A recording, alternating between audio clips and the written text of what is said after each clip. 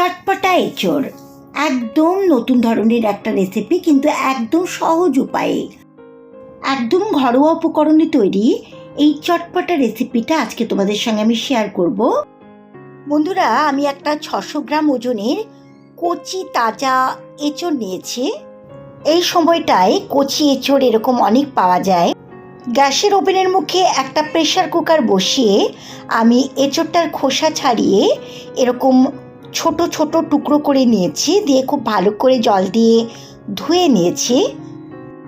এঁচোড়ের টুকরোগুলো প্রেসার কুকারের মধ্যে আমি দিয়ে দিচ্ছি সেদ্ধ হবার জন্য।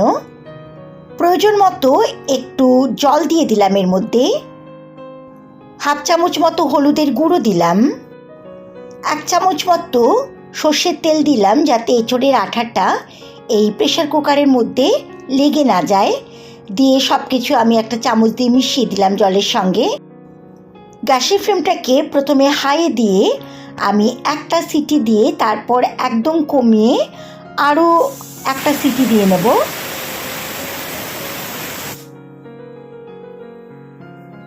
বাড়িয়ে একটা সিটি আর কমিয়ে আরেকটা সিটি দেবার পর আমি গ্যাসের ফ্লেমটাকে অফ করে দিয়ে প্রেসার কুকারটাকে ঠান্ডা হতে দেব।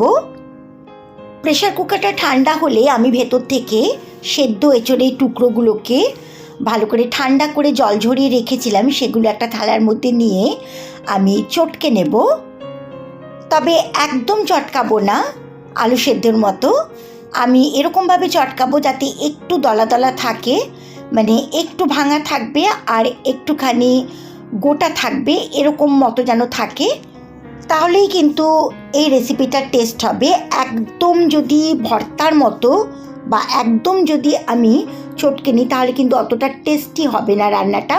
এরকমভাবে জাস্ট ঝুড়ো ঝুড়ো ভাঙা ভাঙা থাকবে এঁচোড়গুলো।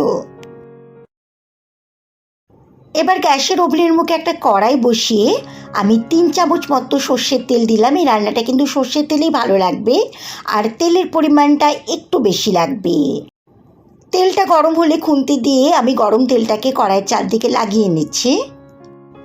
গ্যাসের ফ্লেমটাকে লোয়ে দিয়ে আমি হাফ চামচ মতো কালো জিরে ফোড়ন দিলাম। 10-15 সেকেন্ড বাদে ফোড়ন থেকে বেশ সুগন্ধ বেরোলে আমি 10টা মতো রসুনের কোয়াকে এরকম কুচি কুচি করে নিয়েছিলাম, সেটা দিয়ে দিলাম। রসুনের কুচিগুলোকে 30-40 সেকেন্ড মতো আমি একটু নাড়াচাড়া করে নিলাম। 3টে মিডিয়াম সাইজে পেঁয়াজকে এরকম সরু সরু করে কুচিয়ে নিয়েছি, সেটা দিলাম। পেঁয়াজ রসুন কুচিগুলোকে আমি হালকা লাল লাল করে ভেজে নেব। দেখো, পেঁয়াজ কুচি আর রসুন কুচিগুলো হালকা হালকা রং ধরে নিয়েছে, ব্রাউন কালারের রং হয়ে গেছে। এবার আমি 1 ইঞ্চি মতো আদাকে ছোট ছোট টুকরো করে দিয়ে দিলাম ভাজার জন্য এর মধ্যে।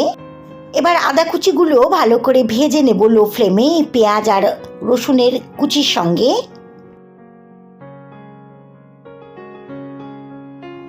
এবার আমি এর মধ্যে 2টো কাঁচা লঙ্কাকে কুচি করে দিয়ে দিচ্ছি। কাঁচা লঙ্কা কুচিগুলো ভালো করে একটু নাড়াচাড়া করে নিচ্ছি। পেঁয়াজ আদা রসুন ভালো করে ভাজার পর আমি এর মধ্যে যে এঁচোড়ের টুকরোগুলোকে সেদ্ধ এঁচোড়ের টুকরোগুলোকে হাত দিয়ে চটকে রেখেছিলাম সেগুলো দিয়ে দিলাম, আর গ্যাসের ফ্লেমটাকে এই সময় একদম হাই করে দিয়েছি। হাই ফ্লেমে এই সেদ্ধ এঁচোড়টাকে ভালো করে আমি নাড়াচাড়া করে ভেজে নেব 2 মিনিট মতো। এই এঁচোড়ের রেসিপিটা কিন্তু একদম কচি এঁচোড়েই ভালো লাগবে খেতে। খুব বেশি বড় হয়ে গেলে এঁচোড় বা দানা হয়ে গেলে তখন কিন্তু ভালো লাগবে না। তাই এই রান্নাটা করতে গেলে অবশ্যই কিন্তু দেশি কচি এঁচোড় দিয়েই করার চেষ্টা করবে। ঠিক 2 মিনিট বাদে 2টো মিডিয়াম সাইজে টমেটোকে ছোট ছোট টুকরো করে রেখেছিলাম, সেগুলোও দিয়ে দিলাম এঁচোড়ের মধ্যে। আর এখন আমি গ্যাসের ফ্লেমটাকে মিডিয়াম করে দিয়েছি। টমেটোটাকে মোটামুটি 1 মিনিট মতো আমি একটু নাড়াচাড়া করে ভেজে নেবো এঁচোড়ের সঙ্গে। গ্যাসের ফ্লেমটাকে এবার আমি লোয়ে করে 1 চা চামচ মতো লবণ দিলাম, 1 চা চামচের একটু কম হলুদ গুঁড়ো দিলাম, 1 চা চামচ মতো জিরে গুঁড়ো দিলাম, 1 চা চামচের একটু কম লাল লঙ্কার গুঁড়ো দিলাম। ঝালটা তোমাদের স্বাদ অনুসারে দিও। রং হবার জন্য 1 চা চামচ মতো কাশ্মীরি লাল লঙ্কার গুঁড়ো দিলাম। এবার লো ফ্লেমে সমস্ত কিছু আমি আরও 2 মিনিট মতো ভাজা ভাজা করে নিচ্ছি। এঁচোড়টা যেহেতু আগে থেকে সেদ্ধ করা ছিল তাই রান্নাটা কিন্তু একদমই কম সময় লাগে। দেখো নাড়তে নাড়তে টমেটোগুলোও কিন্তু একদম প্রায় গলে গেছে এঁচোড়ের সঙ্গে। হাফ চামচ মতো চিনি দিয়ে দিলাম। চিনিটাকে আমি মিশিয়ে দিচ্ছি রান্নাটার সঙ্গে। চটপটা এঁচোড় রেসিপিটা করার সময় একটা জিনিস খেয়াল রাখতে হবে যে খুন্তিটা কিন্তু একদম হালকা হাতে চালাতে হবে বা নাড়াতে হবে, যাতে এঁচোড়গুলো একদম ভেঙে না যায়।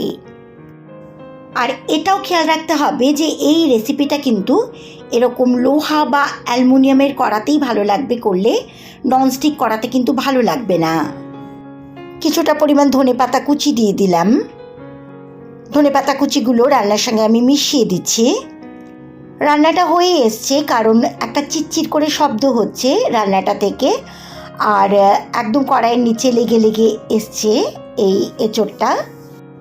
ভাত, রুটি, লুচি, পরোটা সব কিছুর সঙ্গে কিন্তু ভীষণ ভালো লাগবে এই চটপটা এঁচোড়ের রেসিপিটা। আর ভালো লাগলে অবশ্যই আমার ডালিয়াস ক্রিয়েটিভিটি চ্যানেলকে সাবস্ক্রাইব, লাইক আর শেয়ার করো। একদম তৈরি এঁচোড়ের চটপটা রেসিপি। গ্যাসের ফ্লেমটাকে অফ করে আমি ঢাকা দিয়ে দিলাম।